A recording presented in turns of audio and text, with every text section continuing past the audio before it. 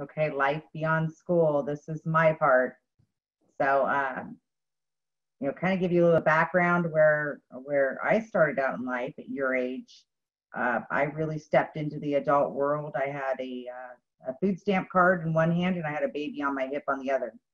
So I had to really right out of the box figure out, what my goals were, where I wanted to land when I was an adult, when I was all grown up, and then really develop a plan of how I was going to get there. And it's no different than where you're standing right now.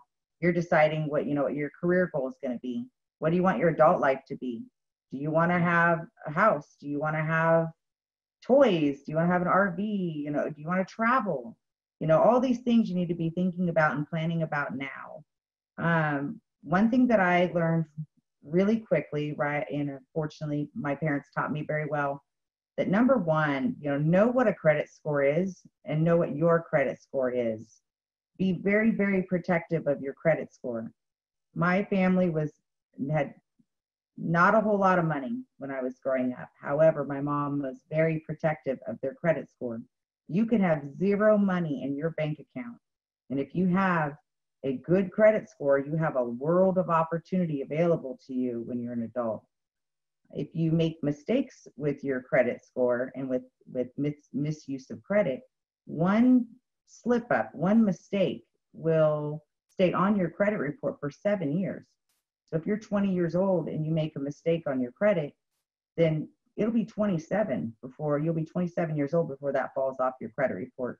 So be very, very protective of your credit score. That's something that will afford you all the opportunities that you will need as an adult.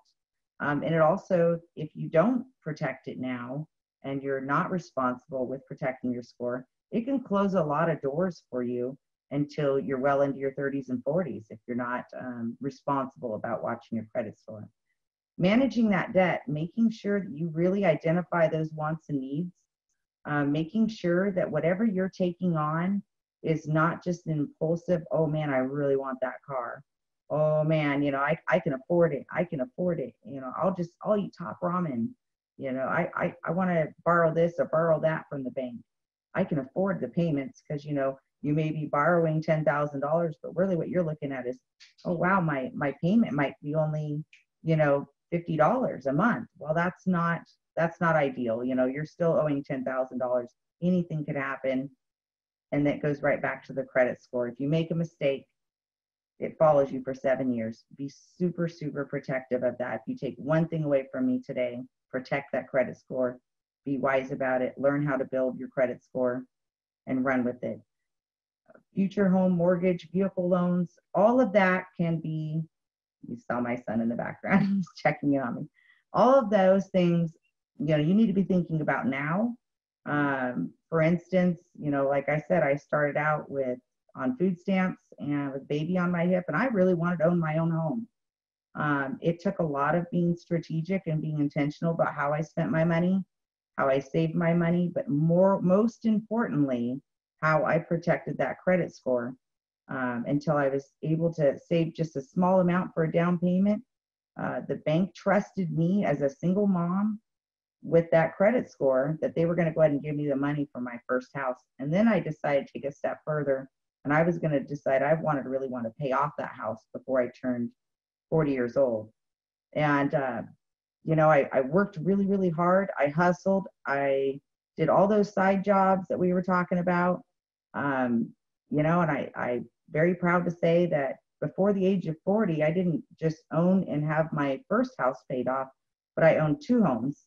And both are paid off before I turned 40, and you can do it too.